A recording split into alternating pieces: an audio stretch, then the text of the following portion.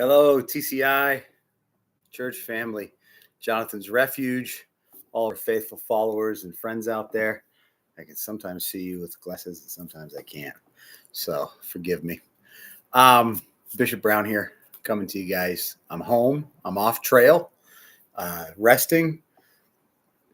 Thank you for your prayers. It's been this walk from Mexico to Canada has been tough. My heart failing me and my stomach failing me has been one of the most difficult things I've ever had to endure. I have the spirit and the heart of a million strong young men, but unfortunately my organs don't agree. So we're fighting the good faith. I'm not done. This weekend, I'm hoping to either Saturday or Monday, I'm hoping to get up on the trail and get 30, 40 miles in, then take a couple of days of rest, and then go do 30, 40, 50 miles. So I'm hoping to get Washington done over the next 2 months while I'm doing my surgeries and doctors.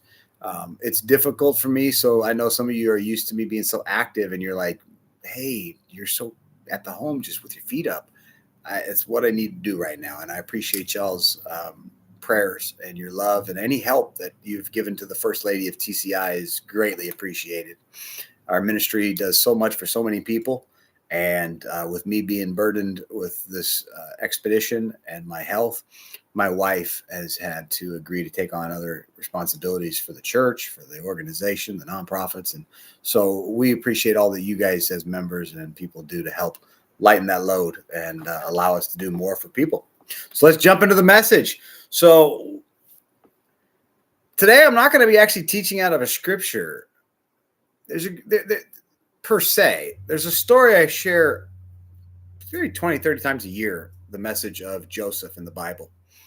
Joseph was sold into slavery from his brothers. They hated him and were jealous of him.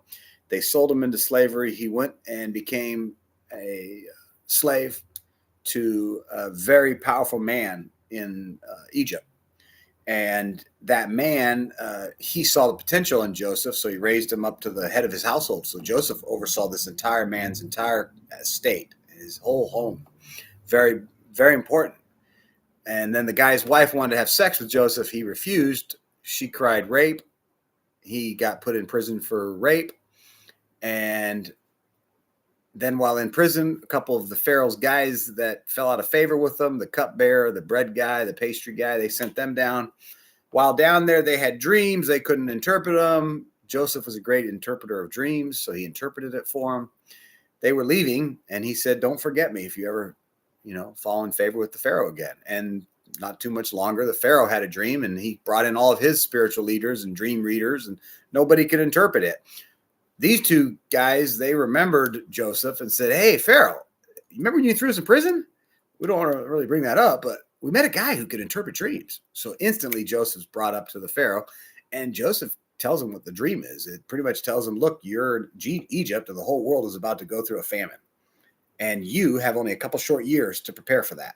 So if you will prepare, then you'll have all the resources and everything you need if you will change your ways. So Joseph saw change on the horizon coming, and Joseph took that information and changed himself and how he did things to prepare for what was coming. Then when it came, he was prepared. The entire state of the entire state of Egypt was prepared. And people from all over the world came to Egypt for this famine. Now, this isn't like just someone says, well, that's just the Bible and it's all BS. No, this is all documented, historically proven stuff. Listen to me on this when I say this. Joseph had a choice to change or not change. Every day you have a choice to change or not change. The title of the message is, do you want change? If so, then you need to change. You see, every day I wake up and I wake up with the mindset that I am going to do better today than I did yesterday in every aspect of my life. I want to be a better husband. So today I'm going to try to speak to my wife in a kinder way than I did yesterday. Even though I was pretty darn kind yesterday, I wasn't, in my opinion, kind enough. And I hope I'm never satisfied that I think I'm kind enough. So that's a good thing to strive to do better, to do better, to do better. I want to change. But if you want to change, what do you have to do? You have to change. So that doesn't mean that Jonathan Brown is a bad guy. Not at all. It just means if I want to be a better husband tomorrow, I got to do more tomorrow than I did today. That's all. I got to do things just differently. I got to try to make sure she knows I really love her and I really want to be kind. It's that simple. So every day I wake up with that mindset. I want to be stronger in my body. So I want to work out harder than I did yesterday. I did that 1 hour walk, but I did it. I did the 3 miles, but I only did it in 40 minutes instead of an hour. And I did in the hour, I was able to get 4 miles in. So now I'm pushing my time, right? I'm always striving to be better. And it's because I want change. You see, if you want change, then you have to make changes to make that happen. No one else does it for you. People complain about the president. Oh, I hate the president. I wish we had Trump. I wish we had Biden. I wish we had Clinton. Whatever your sides are, I don't care. Whatever it is, if you want change, go out and get involved in the political system. Don't tell me it doesn't work. I'm not saying it's perfect, but don't sit at home and do nothing, because that definitely is going to get you the same result. So you got to do something different. Now, if you're fat, because I was 450 pounds, that's not fat. That's grossly morbidly obese. Okay. But I know friends of mine that are 40, 50 pounds overweight. That's still fat. And they're having strokes and heart attacks and all these things, and they're wondering why. It's not hard. You're fat. Your body is pumping twice as much as it should, harder than it should. Your blood in your heart is just thumping, boom, boom, boom, boom, boom, because you're eating the crappiest food in the world and you got all this weight on you. And yeah, I'm fine. My doctor tells me I'm great. My electrolytes are great, and my good LED numbers are good. My bad LED's good. Everything's perfect until it's not. And that's what happens. That's 450 pounds, and I was perfect. Everything came back perfect until it wasn't. Then I wanted to change. Well, to change, I had to actually change myself. I had to change my eating habits. I had to get rid of all fast food. No more McDonald's, no more Jack in the Box. Fast foods are gone. I think I eat at fast food restaurants once or twice a year. And I save them for restaurants that are like, really ones I want to go to, like an In-N-Out or something. I've gone to In-N-Out once this year. I love In-N-Out. So I'll save it for really good fast food, not for McDonald's. I don't even do McDonald's. I don't do In-N-Out. These are things that Burger King and all this junk food. I don't like processed food. There's an old saying, if it's white, it ain't right in food. And it's true. If it's white rice, it's not right for you. It's bad for you. Eat brown rice. Simple things. I had to change. Sodas are not counted towards your fluid intake. If you're 100, let's say you're 200 pounds, you need to drink half your body weight in ounces. So if you're 200 pounds, you need to be drinking 100 ounces of water a day. Do you know how many people I know that are 250 pounds and they barely even drink one bottle of water, like 20, 30 ounces for the day? They need to be drinking half their body weight in ounces to get their body even functioning. And if you don't think that these are the steps you have to do, don't do them and watch. You won't change. But if you want change, just change these things and it'll work.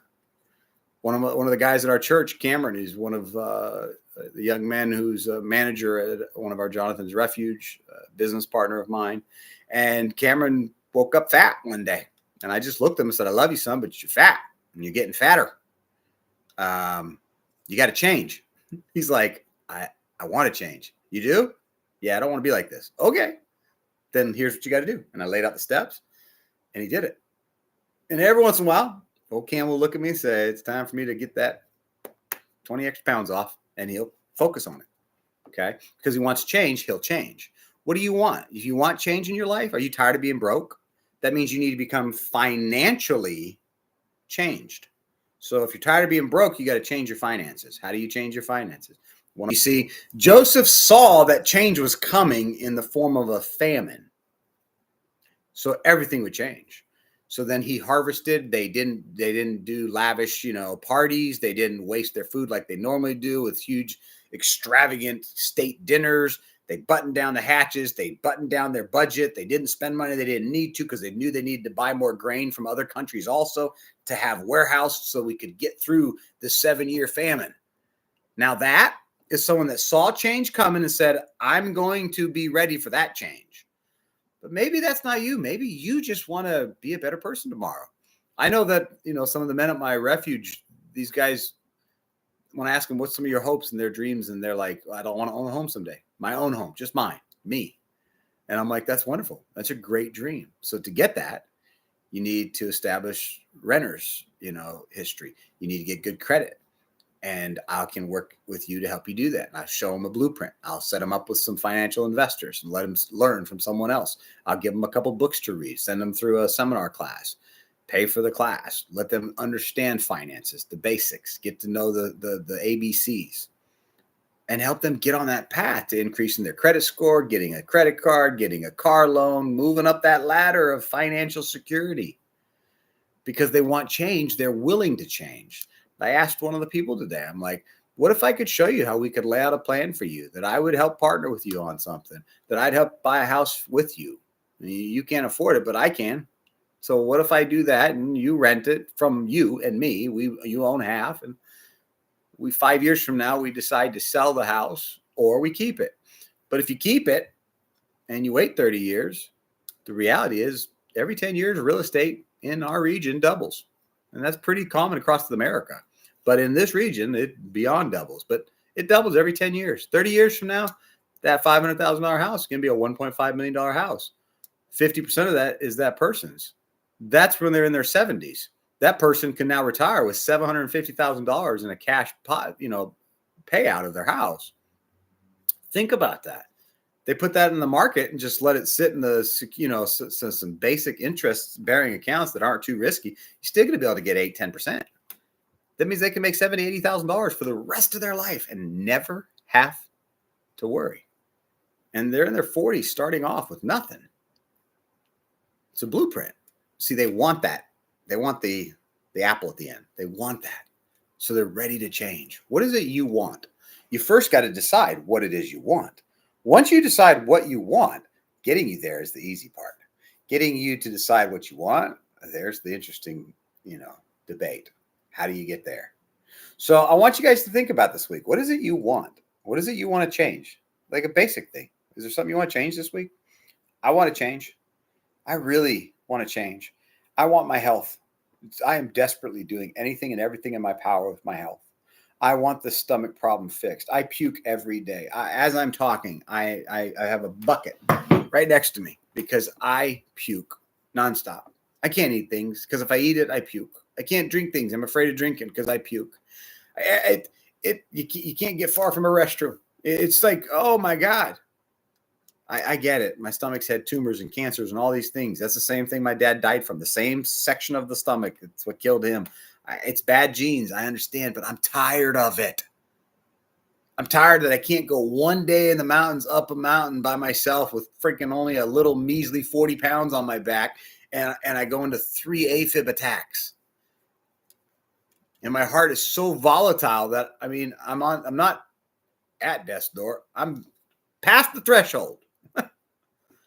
My wife and me have to live like this. This is not a fun thing. We wake up and go to sleep. I wonder if we're going to make it today. We don't think that thought, but part of it does come through our minds. Like, thank God we made it today, baby. Look over. I love you. Another day together.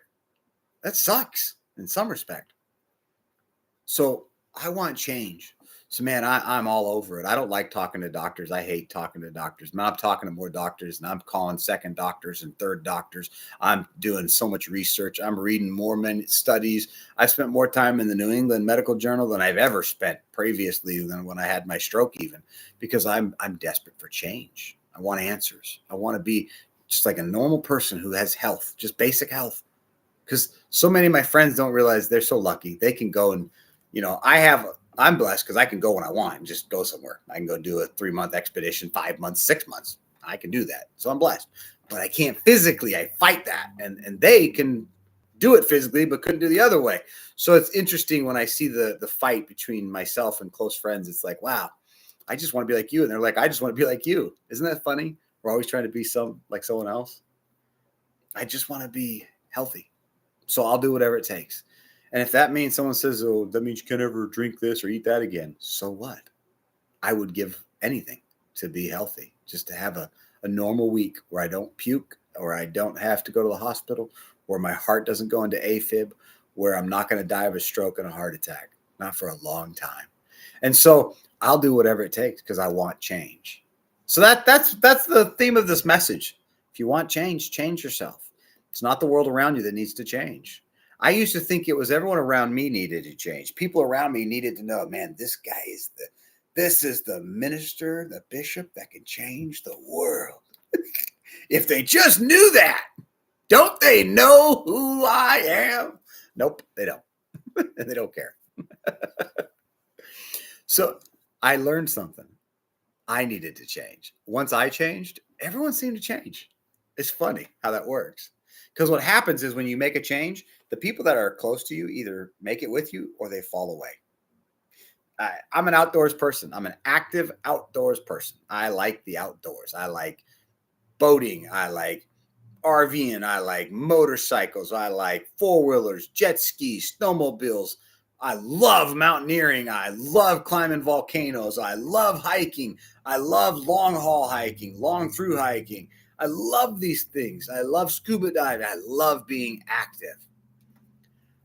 My lazy friends don't last long around me. Doesn't mean they're not my friends. It's just they're lazy. They don't want to be out in the woods. They don't want to be on the mountains. Oh, I don't like that. Well, if you lost 50 pounds, you would love it. Yeah, and your body would love it too. But I can't help someone see that. They have to see that themselves. You know, like a friend of mine who's going through mini strokes right now. I've had 33 TIAs in my life, or 34 TIAs. Those are mini strokes. I learned my lessons. I don't need another stroke. My friend's going through that right now. He's got to learn his lesson. He's got to learn, I'm done. Fast food's over. Got to drop this weight like tomorrow. I talked to this person. I was like, you could get down to 170 pounds. Well, I haven't been down to that since high school. That's not possible. Actually, it is. Now, I have to get my body down to that size, that 180 bracket. That's where I need to be. And I'll look horrible. How do I know? I was there 4 years ago. I literally got down there 4 years ago. And I don't like the way it looked. I was so skinny. But I'll be healthy. And I'm okay with suffering, not being the big guy. I don't mind it. I'll sacrifice and change that, lose the last little weight so that I can get as much healthy years out of my body as I can. And so that's what the message is we need to focus on. What do we want? And then let's change to make it happen. I love you guys. I really do. I'm hoping to be at church tonight at the Refuge. But if I don't get there, I just want you guys to know how much I love you, men. My life is you. Me and my wife, she suffers from me being on the trail. It terrifies her. She tells people that. She says, "Oh no, I don't worry about it." And she doesn't, because when she does worry about it, it's terrifying. So both of us turn off that switch. It's not that we're not terrified. We just decide to turn it off. Let's not focus on my heart exploding. It's about to, but let's not worry about it. Okay. Why are we doing this? For you guys. I love you guys. I'm trying to raise more money so I can get people to donate to help us get the next Jonathan's Refuge. Each year, starting this year, we will be purchasing a new home, brand for us. We will own the house. GCS will own it. Jonathan's Refuge, it's theirs. We can do what we want with it, change it, modify it, knock out walls, put in another room, add additions, put a pool in. We can do whatever we want. We can start housing 20, 30, 40, 50 men. We can put the tiny houses in the back if we have property. There's a lot of things that we're going to be able to do. And that's why I'm out trying to bring awareness, and hopefully people will say, man, I want to come along this man, and I want to pony up with him. I want to help. I want to put $2,000, $3,000 towards the down payment of the next house. I want to give a tax write-off, a donation, because this is a group that the money goes to the cause. None of your donations go to my pocketbook. I take a zero check from the Church of Inclusion. I take a zero check from my nonprofit. My wife, as a CEO, makes a whopping $1,500 a month. Okay, none of your money goes to pay for anything that I or my staff do, our expense accounts, anything. None of it. You guys, any money you donate goes straight to the cause. We're one of the only groups in the world that can say that. So you can take your money, watch it go, and buy the property and see the men living in it and their lives being transformed. And your name can be on the plaque. Your name can be in the building as a person who made that happen. And so that's why I'm out on the trail suffering at death's door. Please watch our YouTube channel, Dead Man Walking the PCT. It's going to be this whole documentary is going to be going throughout the year because I'm not stopping. I'm going to continue to walk the PCT. And if it takes me 2 years to get it done, it takes me 2 years. Okay. I don't care. I'm going to accomplish the PCT and we're going to raise the $1 million by October and we're going to buy the house. So you guys keep smiling. You know the drill, right? Let's coexist and let's live positive, but let's live positive in changing because we want a positive change in our life. Love you guys.